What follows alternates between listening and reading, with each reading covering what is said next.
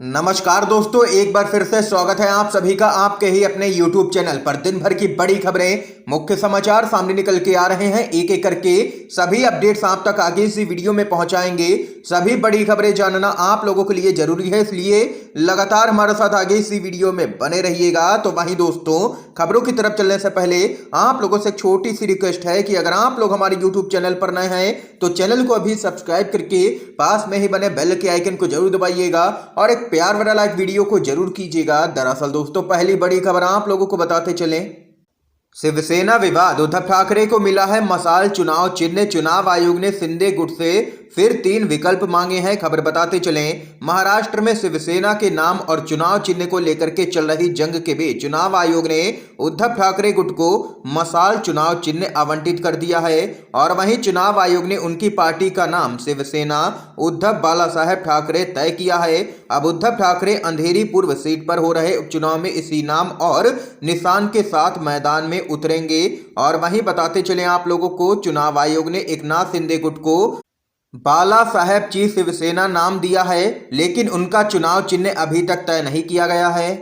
चुनाव आयोग ने एकनाथ शिंदे से भी चुनाव चिन्ह के लिए 3 विकल्प मांगे हैं। उसके आधार पर ही उन्हें भी कोई चुनाव चिन्ह दिया जाएगा। खबर है कि शिंदे गुट की तरफ से चुनाव आयोग को पहले 3 विकल्प दिए गए थे, लेकिन चुनाव आयोग ने उन 3 विकल्पों को रिजेक्ट कर दिया है। ये यहाँ पर खबर सामने निकल के आई है। एक और अपडेट बताते चले आप लोगों को, नफरत भरे भाषणों से खराब हो रहा है माहौल, अंकुश लगाने की बहुत जरूरत है। हेट स्पीच पर सुप्रीम कोर्ट की बड़ी टिप्पणी। खबर बताते चलें, हेट स्पीच को लेकर के सुप्रीम कोर्ट ने सख्त टिप्पणी की है। सुप्रीम कोर्ट ने कहा है कि देश में अल्पसंख्यकों के खिलाफ नफरत भरे भाषणों पर एक याचिका शायद यह कहने में सही हो सकती है कि इस प्रकार के सार्वजनिक भाषणों के कारण पूरा माहौल खराब हो रहा है। कोर्ट का अवलोकन और निर्देश उस दिन आया जब दिल्ली पुलिस ने कहा है कि उसने वीएचपी और दिल्ली में एक कार्यक्रम के अन्य आयोजकों के खिलाफ एफआईआर दर्ज की है, जहां पर कुछ वक्ताओं ने यहां पर हेट स्पीच दी थी। खबर के मुताबिक सर्वोच्च अदालत के मुख्य न्यायाधीश यूयू ललित और जस्टिस एस रविंद्र भट्ट की बेंच ने याचिकाकर्ता एच मनसुखानी से जांच के दौरान उठाए गए कदमों सहित नफरत भरे भाषणों के विशेष उदाहरणों का विवरण देने को कहा है। बेंच ने कहा है कि हालांकि एक नागरिक के रूप में शायद आप यह कहने में सही हो सकते हैं कि इन घृणास्पद भाषणों के परिणाम स्वरूप पूरा माहौल खराब हो रहा है, और शायद आपके पास यह कहने के लिए हर उचित आधार है कि इस पर अंकुश लगाने की जरूरत है। कोर्ट ने आगे कहा है कि मामले में 31 अक्टूबर तक हलफनामा दायर किया जाए। और यहां पर सुप्रीम कोर्ट ने यह सख्त टिप्पणी कर दी है कि नफरत भरे भाषणों को बिल्कुल भी स्वीकार नहीं किया जाएगा और इन पर अंकुश लगाने की अब बहुत जरूरत है। ये यहां पर सुप्रीम कोर्ट की तरफ से आई है बड़ी टिप्पणी। एक और बड़ी खबर बताते चलें, भारत जोड़ो यात्रा को मिल रहे समर्थन से घबराई बीजेपी, कर्नाटक में साख बचाने के लिए जन संकल्प यात्रा करेगी शुरू। खबर बताते चलें, राहुल गांधी की अगुवाई में जारी भारत जोड़ो यात्रा को मिल रहे भारी जन समर्थन को देख करके बीजेपी परेशान हो गई है। कर्नाटक में कांग्रेस की यात्रा को मिल रही सफलता का मुकाबला करने के लिए मुख्यमंत्री बसवराज बोम्मई और बीजेपी के केंद्रीय संसदीय बोर्ड के सदस्य और पूर्व मुख्यमंत्री बीएस येदियुरप्पा ने जन संकल्प यात्रा का आयोजन करने का ऐलान किया है। अपनी जनसंकल्प यात्रा के लिए बीजेपी 50,000 पार्टी कार्यकर्ताओं और आम लोगों को शामिल करने की योजना बना रही है। और वहीं दूसरी तरफ कर्नाटक के अंदर भारत जोड़ो यात्रा को लगातार मिल रहे समर्थन को देखते हुए कांग्रेस पार्टी एक और बड़ा कदम उठा सकती है। कर्नाटक में भारत जोड़ो यात्रा होने के बाद कांग्रेस राज्य में 3 अलग अलग पदयात्रा निकालने की भी तैयारी कर रही है। इन यात्राओं में सिंचाई, सीमा मुद्दों और विकास पर ध्यान दिया जाएगा। नेता सभी विधानसभा क्षेत्रों के लोगों के बीच अपनी पैठ बनाना चाहते हैं और भारत जोड़ो यात्रा को जो अपार समर्थन मिल रहा है उससे यहां पर अब बीजेपी घबराई हुई नजर आ रही है। इस बीच एक और बड़ी खबर जान लेते हैं।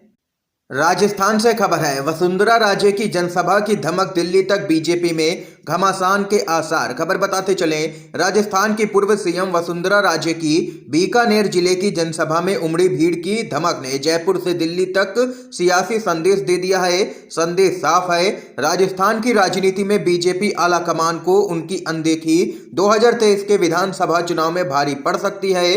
वसुंधरा राजे के शक्ति प्रदर्शन की जयपुर से लेकर के दिल्ली तक चर्चा है। चर्चा इसलिए है कि संगठन की दूरी के बावजूद वसुंधरा की सभा में भीड़ उमड़ी है।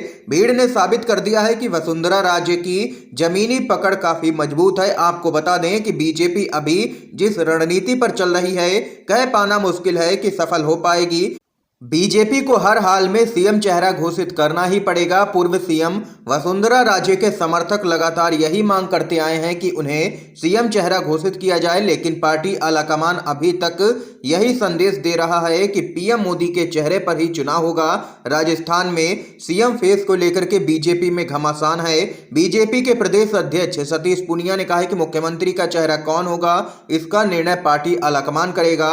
और वहीं पुनिया का यह बयान वसुंधरा राजे समर्थकों को पसंद नहीं आ रहा है। कहा जा रहा है कि वसुंधरा राजे को अगर सीएम का चेहरा बीजेपी घोषित नहीं करती है तो यहां पर वसुंधरा राजे एक बड़ा कदम उठा सकती हैं, जिसके कारण यहां पर बीजेपी की आने वाले विधानसभा चुनाव में मुश्किलें बढ़ती हुई नजर आ सकती हैं। इसके साथ ही एक और बड़ी खबर जान लेते हैं।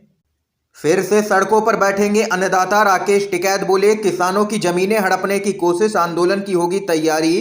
क्या कुछ है पूरा मामला, खबर बताते चलें। तो क्या फिर से सड़कों पर बैठेंगे अन्नदाता? उत्तर प्रदेश के बिजनौर में भाकियू के प्रवक्ता राकेश टिकैत के नेतृत्व में किसान संसद का आयोजन करते हुए कहा गया है कि किसान एक और बड़े आंदोलन के लिए तैयार रहे। सरकार ने किसान आंदोलन के दौरान जो भी वादे किए वे वादे सरकार पूरे नहीं कर रही है। राकेश टिकैत ने किसानों से एकजुट रहने और आंदोलन के लिए तैयार रहने के लिए कहा है, अगर वे अपने जीवन और जमीन की रक्षा करना चाहते हैं। टिकैत ने सरकार पर आरोप लगाया है कि उसने किसानों को मुफ्त बिजली देने के अपने चुनावी वादे को पूरा नहीं किया है। इसके अलावा गांव में बिजली की बढ़ती दरों और अनियमित आपूर्ति की समस्या हल नहीं की जा रही है। इस सब के लिए सरकार जिम्मेदार है, ये यहां पर कहना है किसान नेता राकेश टिकैत का। इस बीच एक और बड़ी खबर आप लोगों को बताते चलें। भारत जोड़ो यात्रा, महाराष्ट्र में शरद पवार कर सकते हैं यात्रा का स्वागत, देंगे विपक्ष की मजबूती का संदेश। खबर बताते चलें आप लोगों को दोस्तों, कांग्रेस को मजबूत करने के लिए राहुल गांधी भारत जोड़ो यात्रा पर निकले हैं। ये यात्रा इस समय कर्नाटक में है। इसके बाद 20 अक्टूबर को इसकी एंट्री आंध्र प्रदेश में होगी। वहां से यात्रा तेलंगाना होते हुए महाराष्ट्र पहुंचेगी। कांग्रेस सूत्रों के मुताबिक महाराष्ट्र में आने के बाद 9 नवंबर को एनसीपी के चीफ शरद पवार इस यात्रा का स्वागत करेंगे। इस दौरान उनकी कांग्रेस नेताओं से मुलाकात होगी। सूत्रों के मुताबिक बताते चलें, एनसीपी के चीफ एक मजबूत विपक्ष चाहते हैं। उनकी पार्टी का कांग्रेस के साथ लंबा गठबंधन भी रह चुका है। ऐसे में वो महाराष्ट्र में इस यात्रा का स्वागत कर सकते हैं। राजनीतिक विश्लेषकों के मुताबिक इस कार्यक्रम का मकसद बीजेपी को यह संदेश देने के लिए किया जाएगा कि विपक्ष पूरी तरह से एकजुट है।